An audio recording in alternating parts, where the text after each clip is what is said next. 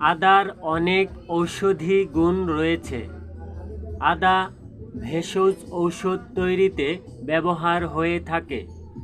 আদা অনেক রোগের কাজ করে থাকে, যেমন বিষম জ্বর, বিসূচিকা, অজীর্ণ, হৃদরোগ, শীতপিত্তরোগ, কর্ণশূল এবং অরুচি।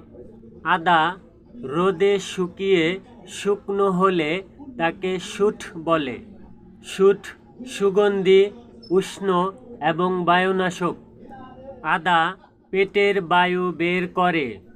প্রতিদিন খাবার আধা ঘন্টা আগে একটু আদা চিবিয়ে খেলে হজম শক্তি বৃদ্ধি পায়। গরম জলে শুঁঠ চূর্ণ মিশিয়ে কপালে দিলে মাথা যন্ত্রণা দূর হয়।